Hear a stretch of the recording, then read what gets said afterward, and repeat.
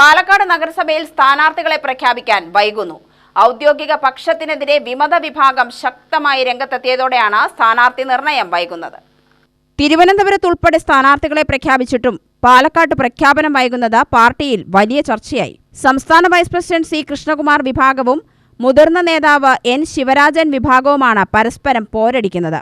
Sivarajan seat നൽകില്ലെന്ന വാശിയിലാണ് ഔദ്യോഗിക പക്ഷം. നിലവിലെ നഗരസഭാ ചെയർപേഴ്സൺ പ്രമീള ശശിധരനും സീറ്റ് നൽകുന്നില്ല. ഇതാണ് പ്രതിസന്ധിക്ക് കാരണം. സംസ്ഥാനത്ത് ആദ്യമായി BJP ഭരണത്തിലെത്തിയ നഗരസഭയാണ് പാലക്കാട്. കൃഷ്ണകുമാർ മത്സരിക്കാനില്ലെന്ന് അറിയിച്ചിട്ടുണ്ട്.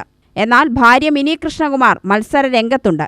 ചെയർമാൻ സ്ഥാനാർത്ഥിയായി നിലവിലെ ഉപാധ്യക്ഷനും സംസ്ഥാന ട്രഷററുമായ ഇ കൃഷ്ണദാസ് മത്സരിക്കുന്നതിലും വ്യത്യസ്ത നിലപാടാണുള്ളത്.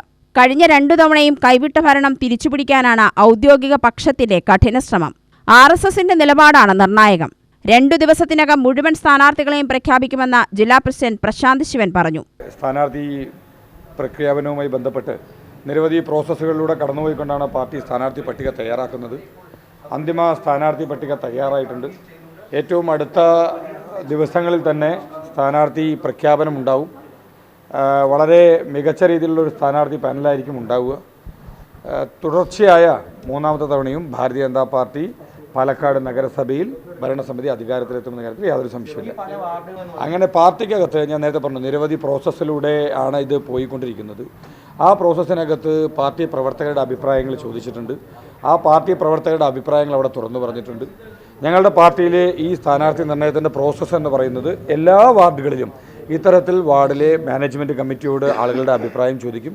അവിടെ ഏറ്റവും ജയസാധ്യതയുള്ള ഒരാൾ വരുന്ന സമയത്ത് താമര ചിഹ്നത്തിൽ മത്സരിക്കുന്ന ആളെ വിജയിപ്പിക്കാൻ വേണ്ടിയിട്ട് മുഴുവൻ പാർട്ടി പ്രവർത്തകരും ഒരുമിച്ച് ചേർന്നുകൊണ്ട് പണിയെടുക്കും.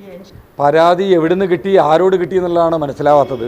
പാർട്ടിയിൽ അങ്ങനെ ഒരു പരാതിയും ആർക്കും ലഭിച്ചിട്ടില്ല.